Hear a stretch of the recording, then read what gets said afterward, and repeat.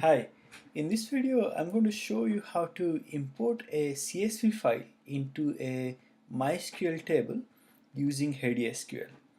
Now to do that in HeidiSQL it's a two-step process. First you have to create the table that you want to import into uh, and you know how to do that already, but just to refresh your memory, to do that you go to the database item, right click on it, go to create new and table. Now there are other ways to access this screen too, but this is the easy and convenient way to do it. Now on this screen you can provide the name of the table. Let's start with the project table. Then you have to specify the column definitions, so you can go ahead and add columns one at a time. Click add, provide the column name. We'll start with the project ID. The data type is already selected as int, which is the correct data type for this column. Click add again. The next column is project name, and the data type is not int but varchar. Click add to add another column. Let's say now this is the capacity column and the data type is int. The fourth one is the start date and the data type is date. Okay, so these are the four different columns.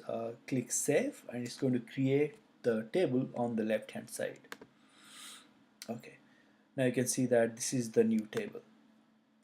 Okay, how do we import data into this table? Now as you can see, this table does not have any data at the moment. So to add data into this table from a CSV file, go to the tools menu, import CSV file, select the particular file you want to import. So in this case it's the project file. Now pay some attention to these options because the defaults are sometimes wrong. You want to ignore the first line in the file because that contains column names. Don't need to change any other options here. Field are terminated by a comma. Sometimes it's given as semicolon. Make sure that it's a comma.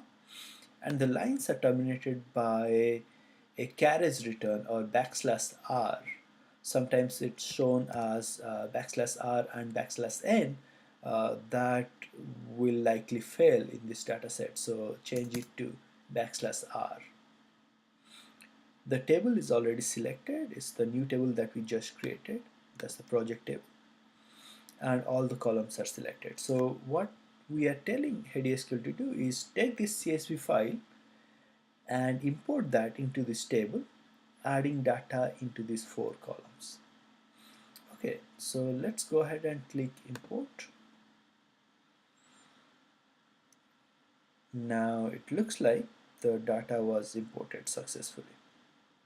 Okay, to verify that, just refresh this data tab and you'll see all the six records are already created.